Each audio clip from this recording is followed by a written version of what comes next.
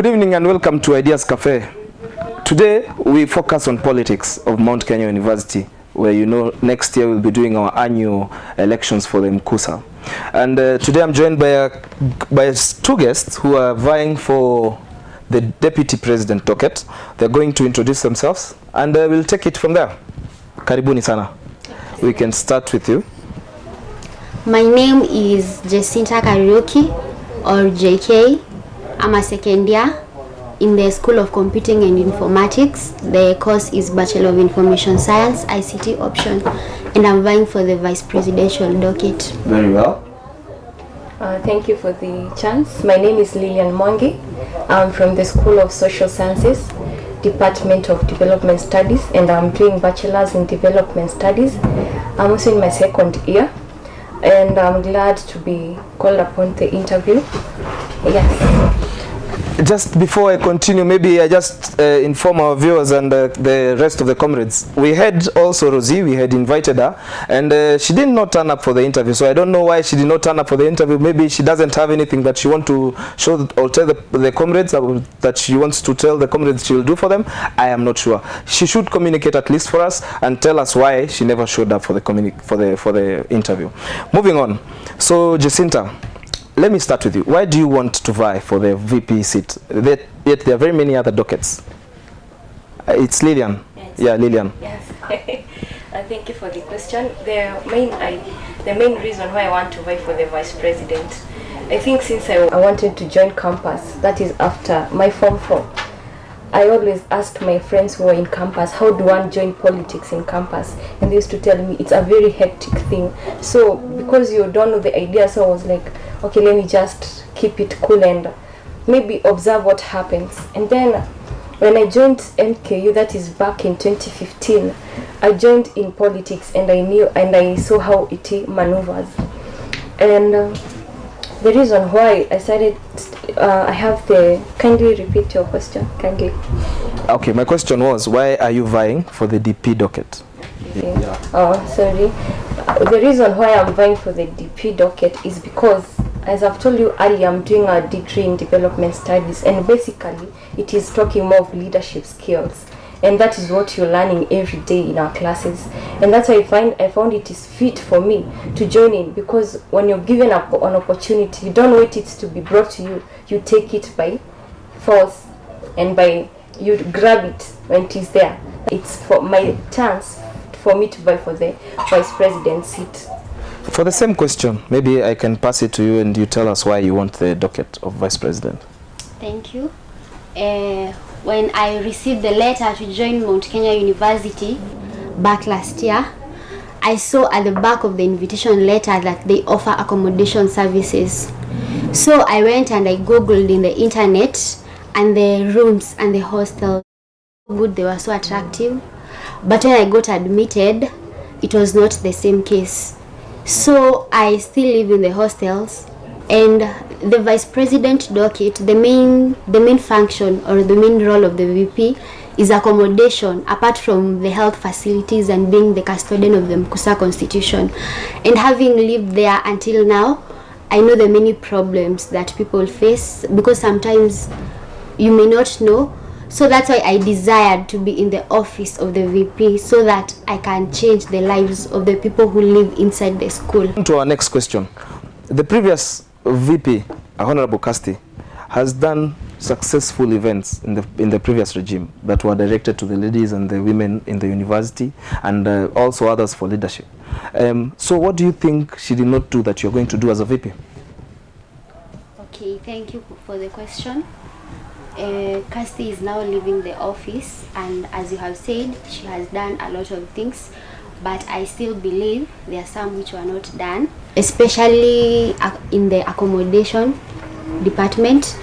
There are so many problems there, and many people think that Kunguni, and many people think that that's the main problem that happens in the hostel.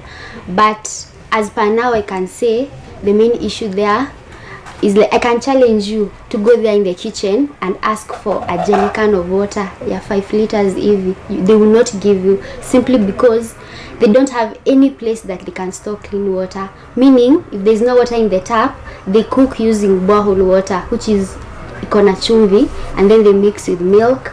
So we cannot take any breakfast there. So I can say for my part, I will not be competing with Cassie in any way. I'll be doing my part, and at the end of the day, the role of a VP is to take issues to the administrations. We don't have our own money. I cannot have my own money to purchase a tank for the people, or to fumigate the hostels, or to make them clean. But I know it is persistent and pushing the administration that can make them see that the issues are urgent and they hear our problem. Lilian, the same question but in a different perspective. You're talking about the previous regime having had done almost everything that they would have done. Do you think it's true? I don't think it is very true because as you can tell from the students, they are very angry with the current regime because what they had promised, that is not what they are giving right now. They are doing opposite of what they're supposed to do. When you're given a position as a leader, there's a difference between a leader and a politician. If you're a leader, you lead. It comes from within. There's no way that you're not going to lead according by the way you want. At the end of the day, you're not leading this yourself, you're leading a congregation, that is the students. So that's why I'm saying I don't feel that they have done something which is tangible, that you can say this is a great thing they've done. It's like every norm that happens when you come in, I want to do this, and at the end of the day there's nothing you're doing. So I don't feel there's anything can be felt on the ground. So what are you going to do different from the previous regime that you say they haven't implemented their whatever they were saying they were going to implement in terms of the things they promised the students or the comrades? What are you going to do that will be extra from the current regime? Thank you for the question. If you can check in the constitution, the role of a vice president is mainly about accommodation and health services. And I want to say that everyone is equal to quality health service. And there's no way that you can study well when you're not feeling well. And when you go to the clinic, the school clinic, you don't feel that the services that are offered there, they are the ones that should be there. They are so poor. And as the vice president and sitting and fitting in my position, I believe that in that clinic and pharmacy that medicine will be stocked, and that the health workers will be there. That is the lab technicians, that is the doctors, they'll be there full time. Not that you'll be going there during the day you're told come at Sanani. Not you'll go in the Sanani you're told until you come tomorrow. No, when you're going to work, you're there from 7 to 5, if that is the time you're given. So as my role as the VP, that is the most place that I'll dwell with the health services for the people. So I must tell you that my producer is telling me, so for every question we try to keep it at least 5 minutes. So we all know with politics you can't avoid money. In fact, in previous regimes we've seen politicians coming in and supporting the politicians who the school politicians who are vying for different dockets. So let me ask JK, maybe who is financing your campaign? Okay, thank you for the question. No one is financing my campaign. The little that I have is what I'm going to use to make the posters and everything, because I believe people will not vote for me because I have money. They'll vote for me because I'll have convinced them, and they'll see that I'm able and I can deliver to them. So as for me, no one is financing me. What about you, Lilian? Who is financing your campaign? That's a funny question because I know when you come to politics, a lot of resources are required. That is for sure. That's something I cannot deny.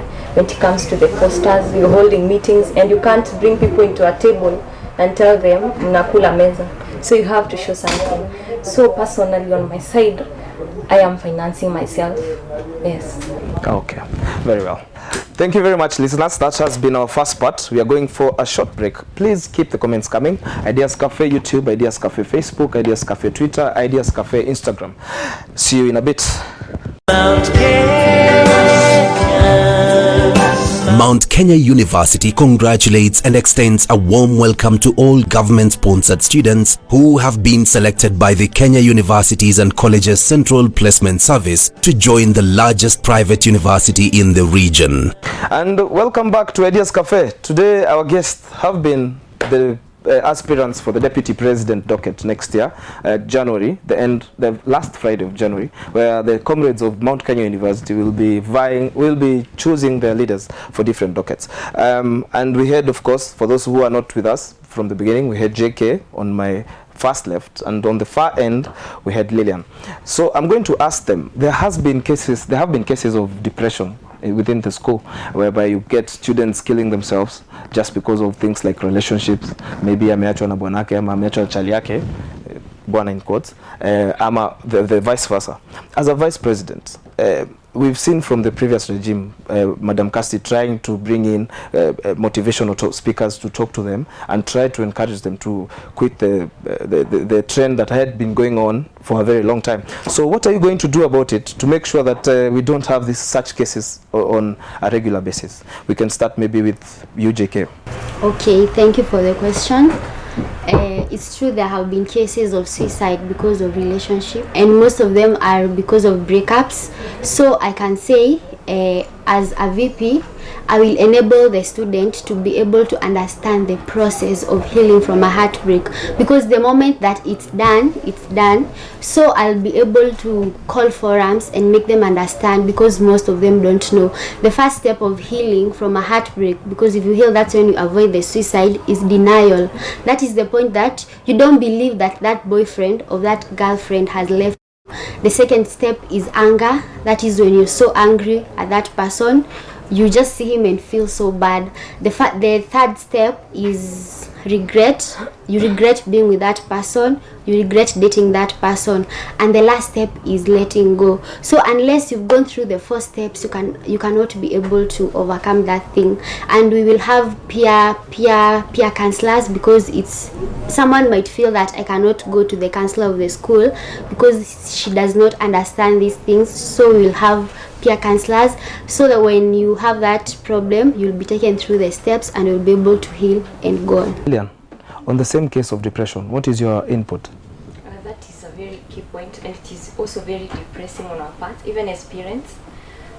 Really hard, you bring your kid to school and at the end of the day he's thinking on killing on himself or herself, and that is a very key thing. And in my seat as the VP, it's holding up public participation for every student here.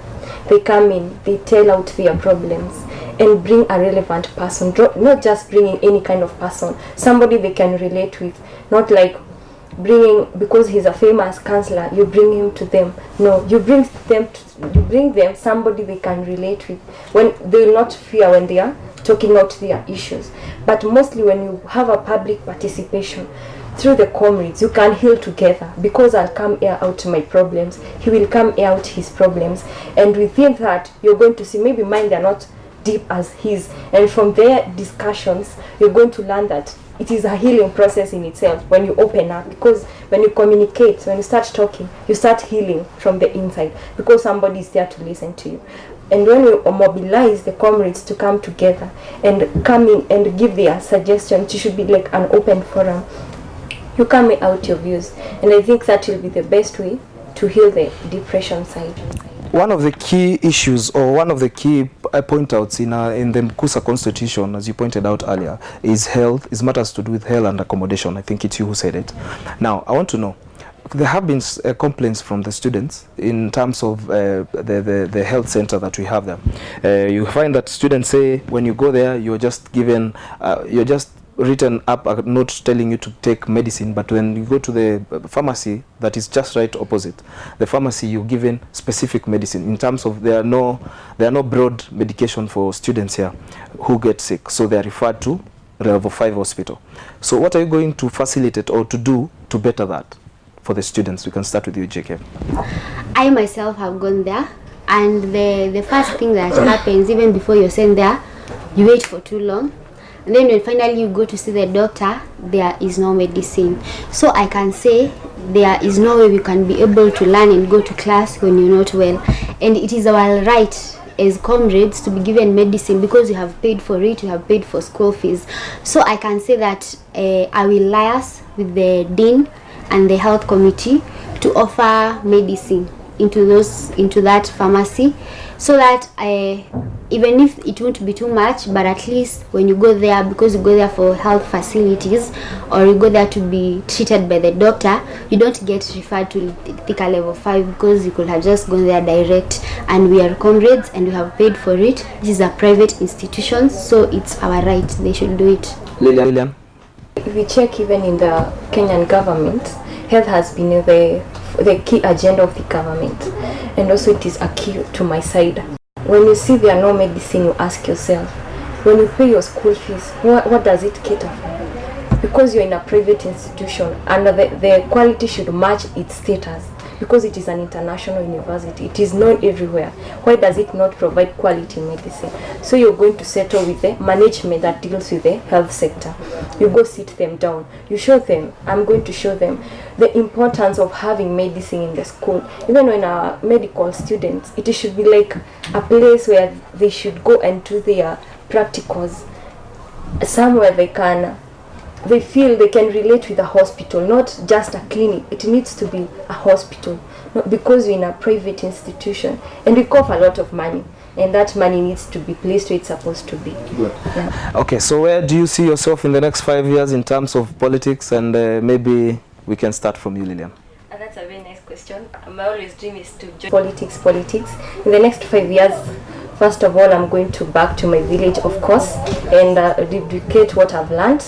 And I'm going to vie for the member of parliament, not even just for a women rep or an MCA. No, I'm not going to rate myself there. I'm going to vie as the member of parliament for Ndia constituency, that is in Kirinyaga. And I believe members of parliament, they are the ones who make the laws and the ones who shape the Kenya government.